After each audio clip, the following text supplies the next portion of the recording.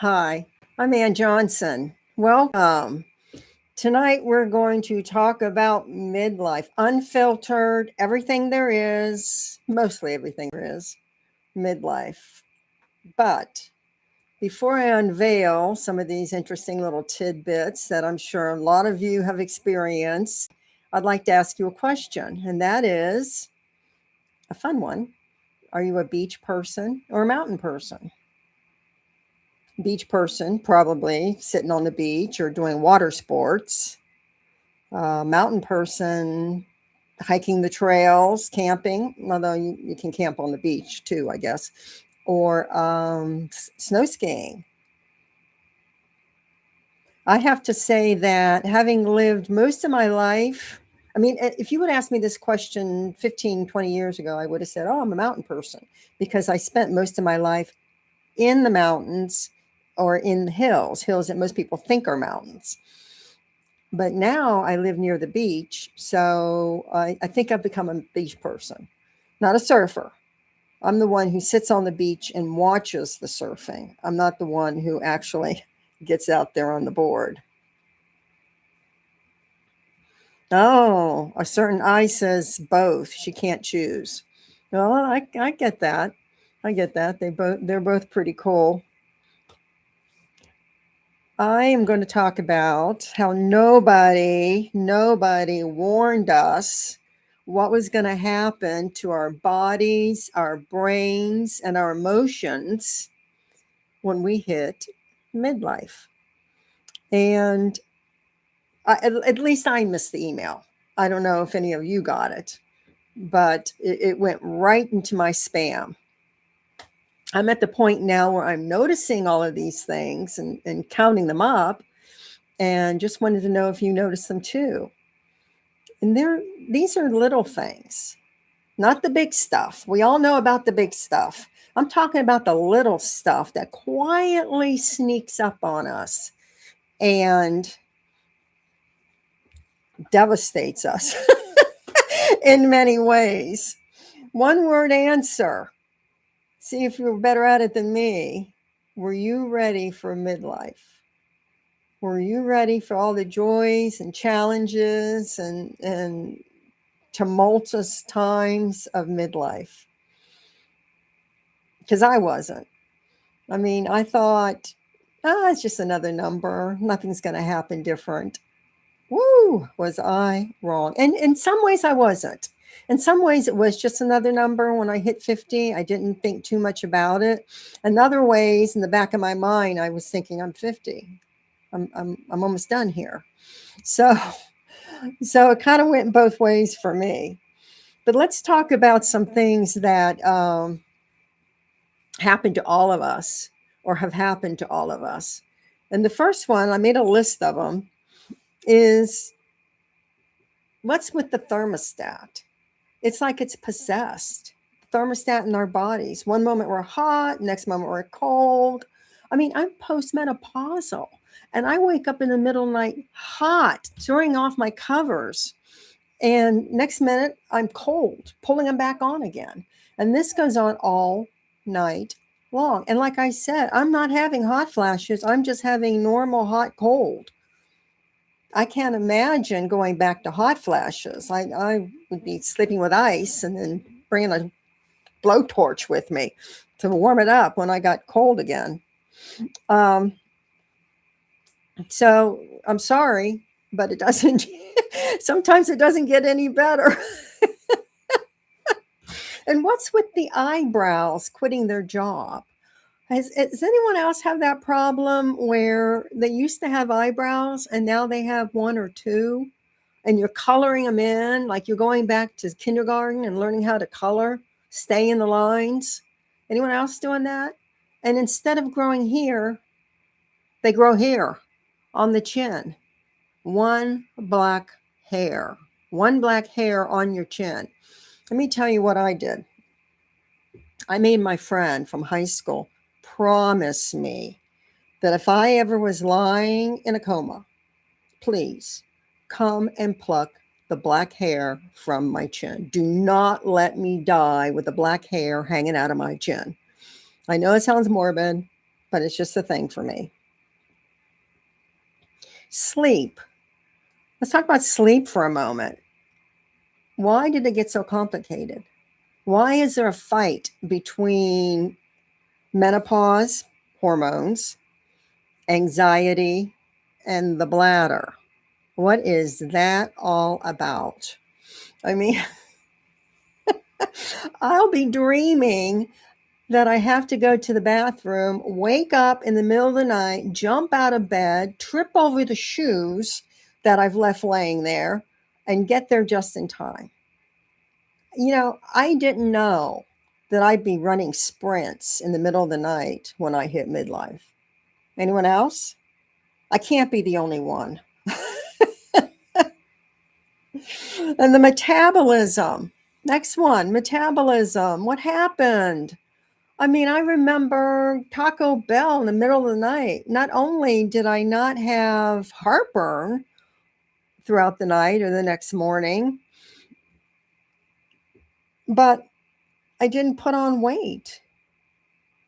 I noticed that with with I noticed that with weight, it's almost like an accountant. Think about that a minute. It counts calories, right? But it also counts how many pounds it puts on your hips and in your stomach and wherever else you gain weight. It's crazy. And speaking of weight, let's talk about weight redistribution. Have you noticed that your body strategically moves weight to where you don't want it?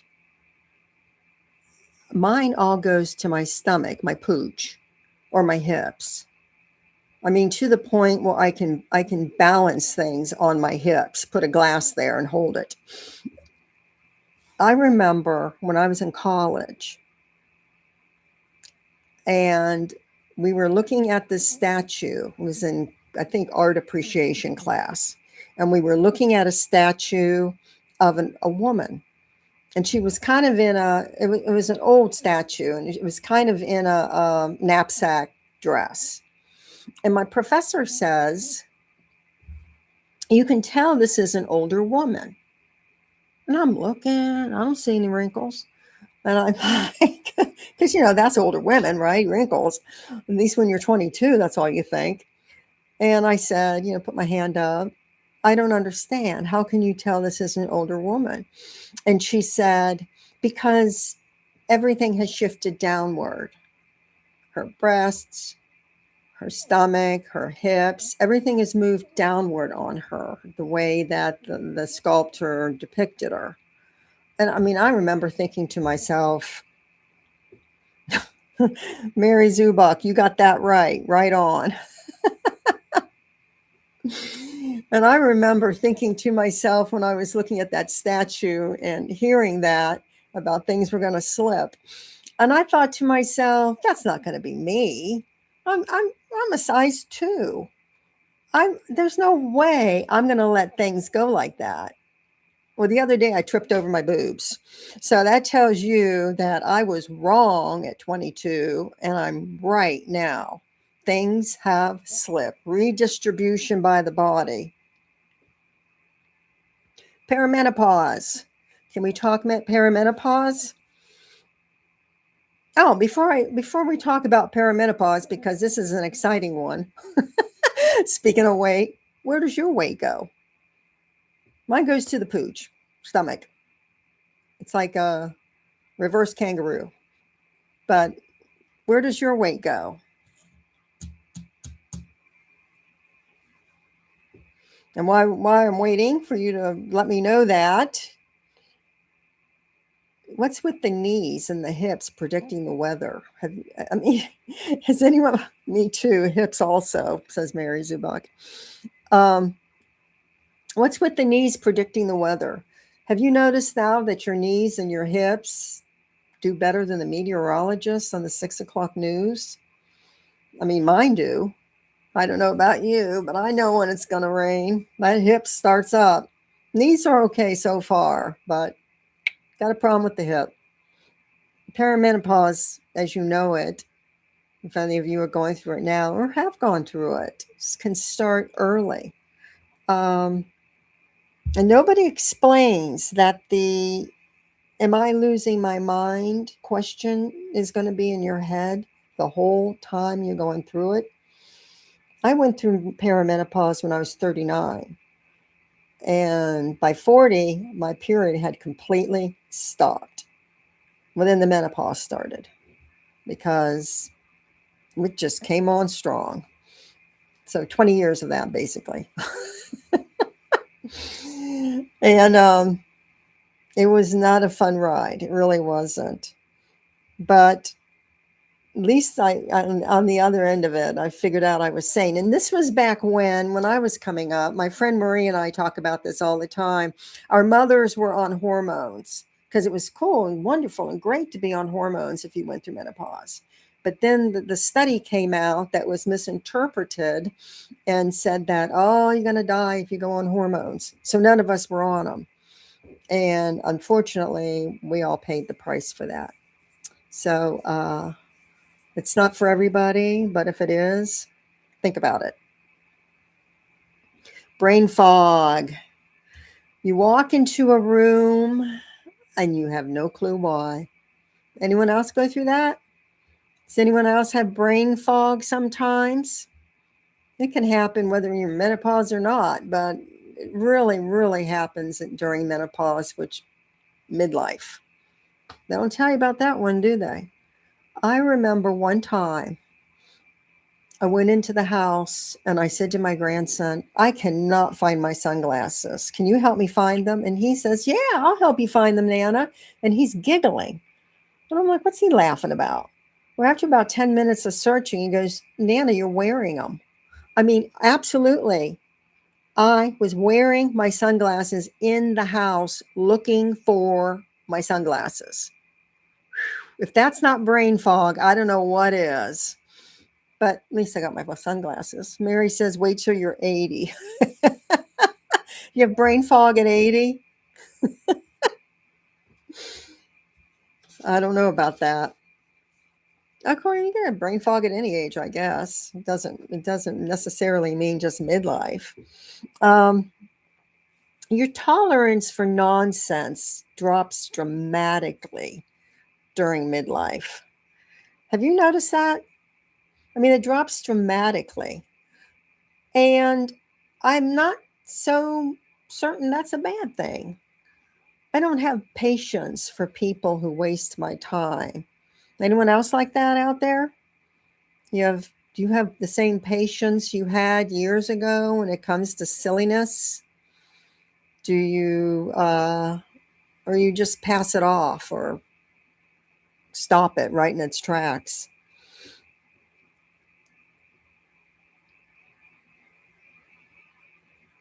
Skin texture. One moment you're glowing, the next moment you've got parchment on your face. I'm sorry, that's how it is. And you start falling victim to the anti-aging messages out there and run over to Ulta and get yourself some face cream. I'm not against face cream. Boy, I use it, that's for sure. And a good serum, I love a good serum. But the anti-aging industry really, really, really has a lot of women with promising the newest, latest, and greatest. If these products were so great and so wonderful, why don't they work? Have you noticed that? They promise to get rid of our wrinkles. They promise to make our skin glow like a 20-year-old. We use them. We're disappointed. We put them to the side. We buy new ones. We use them. We're disappointed. We put it to the side. We buy another new one that's promised us something. My opinion about skincare, do what works best for you and stick with it. Stick with it. You'll find if as long as it makes you feel good, it makes your skin feel good, it's perfectly fine. You don't need to worry about running off for the latest and greatest.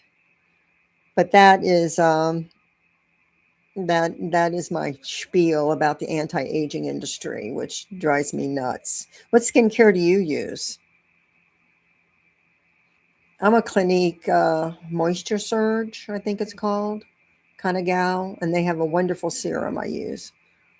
But everyone's got something different. Sometimes I use, I think it's L'Oreal or oil. What's it called? Oil Delay or something like that. Can't think what it's called. Oil Lay, something like that. I use that sometimes too at night. But skincare is important, but chasing miracles, be careful of that one. Have you noticed your muscles? You discover muscles that you didn't know you have. And I don't mean in a good way, I mean in a bad, bad way. I mean, waking up the next morning after doing something active and going, oh my God, I'm not leaving this bed. I can't move. I can't move. And kind of turn into the Tin Man, all stiff and creaky and all that. I remember when I would go and work out, come home, do stuff, and go out that night and not think anything of it. Remember that? Remember those days? Now I work out, I come home, take a nap, and some ibuprofen. And I think, I worked out. I worked out good. And instead of cooking dinner that night, we grab some fast food from McDonald's or Chick-fil-A or whatever. Because when you work out, you always want to eat fast food afterwards, right? That's no, I don't have it right, do I? All right, let's get serious for a moment. Um, Doctors sometimes dismiss symptoms we have in midlife as you're just getting older. You're just getting older. And they delay getting real answers that could have something to do with our thyroid, autoimmune diseases, our heart. So advocate for yourself. I can't stress that enough. I say that in my videos all the time when it comes to menopause or perimenopause or any kind of ache or pain. Talk to your doctor. And if they won't listen, find a different doctor because they're supposed to work for you, with you. You keep something in mind. I know a lot of women have problems with hair loss, and I have a little thinning on this side of my hair, but it's not always about menopause that your hair is thinning. Sometimes it's a bad thyroid. A hypothyroid can cause hair loss, and the only way to find out is a blood test. So what you think is something that's just naturally part of aging could be something that's treatable. Ask your doctor, have that conversation. I think you'll be a lot happier. Heart attack symptoms. Let's talk about those for a moment because women don't talk about heart attacks. We talk about breast cancer a lot, and we should. That's very serious. But heart attacks, from what I understand, well, I had a doctor tell me this, is the number one killer of women in the United States. Heart attacks. Heart disease, I should say, not heart attacks. Heart disease.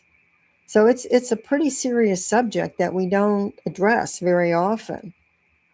And a heart attack for a woman is not the clutching of the chest that you see in the movies. It's a little different. It could be jaw pain. It could be nausea, dizziness, shortness of breath. And nobody talks about that enough. If you're experiencing any of these, call your doctor. If you're experiencing lightheadedness or dizziness or shortness of breath, if you got the pain in your jaw and shortness of breath or a couple of these other things, call the E-Squad. Don't call your doctor. Call the E-Squad and get yourself to a hospital. I'm not a doctor, but I do know that if you're in a situation where it's going beyond just a small inconvenience, you need to get to the hospital. I had some shortness of breath at one point, and it wasn't bad. It was just a little bit when I climbed stairs and when I would move too much, I just noticed a little bit. So I did talk to my doctor about it, and he sent me for a stress test, which is basically just getting on a treadmill and they monitor your heart as you're on the treadmill. It's not a big deal. Well, I was fine. What it turned out was I had a mild form of asthma.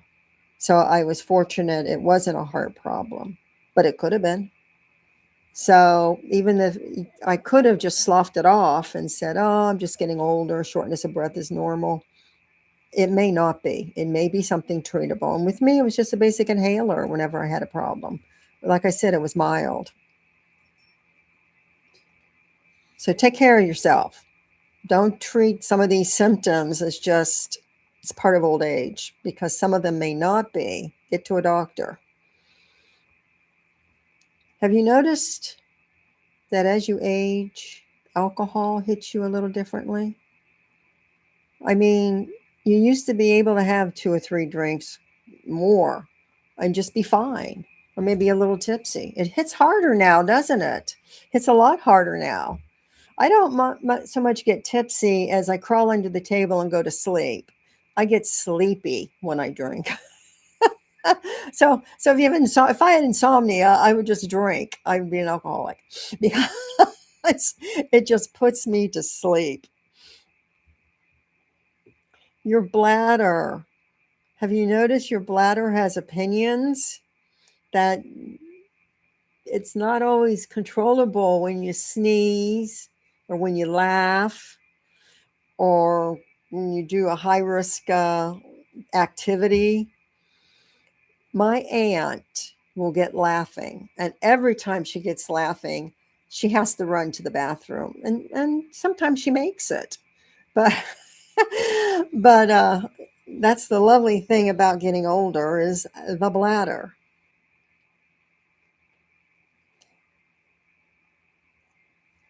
Midlife can be an emotional time. You have intense grief over aging, changing identity. We talked about that last week. Labels, kids leaving, job changing. Even if you don't have kids, the job changing or divorce or becoming widowed can be heartbreaking in midlife. Shifting friendships, that can be hard in midlife because sometimes friendships don't last through midlife. We find some that just don't work for us anymore, or maybe we don't work for them anymore. Um, I have a video on that about friendships in midlife and losing them and gaining them. So I'm going to link both of them. One is about friendships leaving us, and the other one is how to make friends in midlife. And I'm going to link those in the description below after this live stream. But I think one of the hardest things about midlife is thinking the clock is ticking. We've left our 20s, we've left our 30s, 40s are kind of behind us, or they're about to be behind us. And we feel the clock is ticking. But that's wrong. I mean, that really is. It's it's the halftime. The game's not over yet. It's the middle of the play. Act two of the play, you've got the whole act and the whole last act before anything traumatic happens. So there's no ticking clock. The only ticking timepiece is the Timex on your hand. See, I can tell my age there, can't you? That goes back a ways, but yeah, it's uh, it's only halfway through. It's not even halfway through. We just got here, so don't worry about anything ticking. You notice that your eyesight starts betraying you.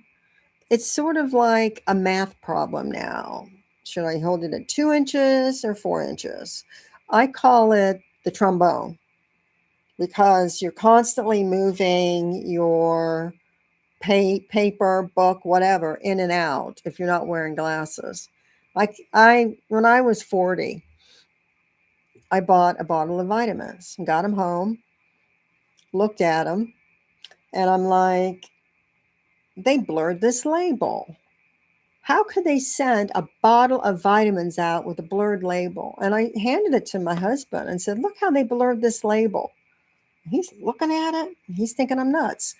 And he said, it's not blurred, Anne. I go, sure it is. You can't read it. He goes, you can't read it. You don't have glasses. You need glasses. Well, I just thought that was the most ridiculous thing. He obviously didn't realize it was blurred. So I went to the eye doctor. I never wanted to punch a doctor so hard as when he said to me, you have 40itis. And I thought, okay, he's about to hit the ground. And now I wear glasses when I read. I mean, I would not be able to see the chat over here to the side or over here to the side if I didn't have these glasses on or read this list. So apparently they did not blur the label. I have become deeply invested in fiber. Anyone else invested in fiber? I mean, I'm eating fiber cereal as a snack. Never thought I'd do that. And has anyone else had hair texture changes? I mean, straight hair becomes curly, and curly hair becomes confused. And I don't know about you, but you don't know what to do with it. I mean, a lot of women who go gray find that their hair texture changes, but I think it also happens to women who have not gone gray, that are still dyeing their hair. Anyone else having a problem with texture in their hair? Recovery takes longer now. We kind of talked a little bit about that with the physical pain, but you get an invoice every Monday morning from an active weekend. Have you ever noticed that? It's like, oh, I can't go to work. I can't do anything. I just need to lay in bed all week. Yeah, that's part of it. You become very excited about things like shoes, magnesium, a good mattress. My mom put me on a supplement, biotin, and it is for hair, skin, and nails. And she actually got turned on to it from her 90-year-old friend when my mother was having problems with her hair thinning. Now, they both claim it works. So I'm taking it. I've been on it now for, I think, 2 months. 2 months now. I don't see any changes. I'll let you know if I do. But biotin is my new excitement. Another thing is a heating pad. I swear a heating pad cures a headache. It's just the heating pad is the greatest thing that was ever invented. Anyone else think that? What are you excited about that you may think's a little odd? Me, it's a heating pad. It's good shoes, comfortable shoes. I don't wear heels anymore. If I do, it's not pretty because I haven't worn them in so long. There's a downside to midlife to a certain extent, but there are so many pluses. Nobody warns you about the confidence you're going to have. You stop apologizing for things. You stop performing. You're yourself now. You know exactly who you are and exactly what you mean when you talk. And I think that's a very big plus. And I didn't expect that when I hit midlife. I didn't expect that that I would feel as sound and put together, despite all the silliness. Midlife is good, and I'm enjoying it. I'm enjoying the situation I'm in right now, my way my life is going. I enjoy my friends. I enjoy my family. Midlife is good. And so I can handle all the little inconveniences because everything else is fine. Don't forget to watch my video this Sunday at 6 o'clock. And thank you for joining me. Good night.